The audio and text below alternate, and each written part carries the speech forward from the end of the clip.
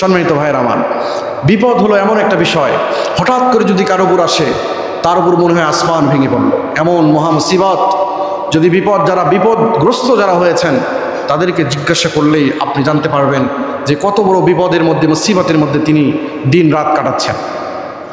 তো তাকে উদ্ধার করার কাজ, তাকে সহানুভূতি দেখানো, তার সাথে একটু ভালো ব্যবহার করা, এটা হলো মানবিক দিক বিবেচনা করে একটা মনুষ্যত্ব, একটা মানুষ যার মধ্যে মনুষ্যত্ব আছে, তার দায়িত্ব হলো কোনো বিপদগ্রস্ত ব্যক্তি তার সামনে গিয়ে দাঁড়ানো, তার সাথে গিয়ে দাঁড়ানো।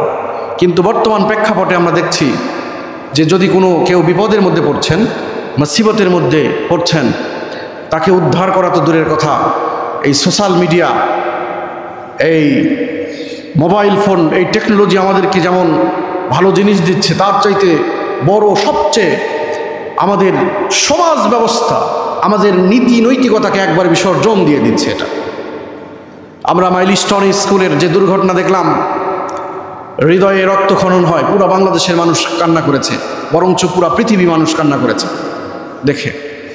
মাসুম বাচ্চা, যার কোনো গুনাহ নেই, অপ্রাপ্তবয়স্ক মুসলিম সন্তান মাসুম, জান্নাতের ফুল। এরা যারা প্রাপ্তবয়স্ক হয়নি তারা জান্নাতের ফুল, এরা মাসুম, এদের কোনো গুনাহ নেই, কোনো গুনাহ নেই এদের।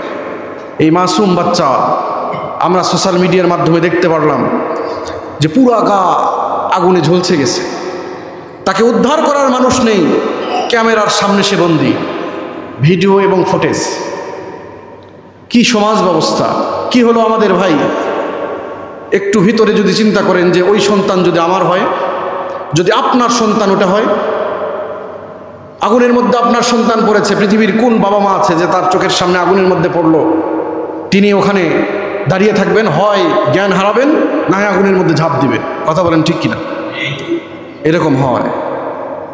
তো সুতরাং দেখলাম যে এই ফোন, এই মোবাইল মাধ্যমে একটা ভিউ বাড়ানোর জন্য, ভিউ বাড়বে, ইনি আপলোড করবেন ফেসবুক, ইউটিউব, ইনস্টাগ্রামে আপলোড করবেন, lakh lakh million million view হবে, সে ভি থেকে কিছু টাকা সে ইনকাম করবে। নাউজুবিল্লাহি মিন যালিক। এটা কোন ধরনের? আপনি যখন বিপদের মধ্যে পড়বেন তখন তো আপনার ছবিও থাকবে এই সোশ্যাল মিডিয়ায়। তো এই জন্য আসুন, কেউ কাউকে বিপদের মধ্যে দেখে নিজে বসে না থেকে তাকে বিপদ থেকে উদ্ধার করার চেষ্টা করি।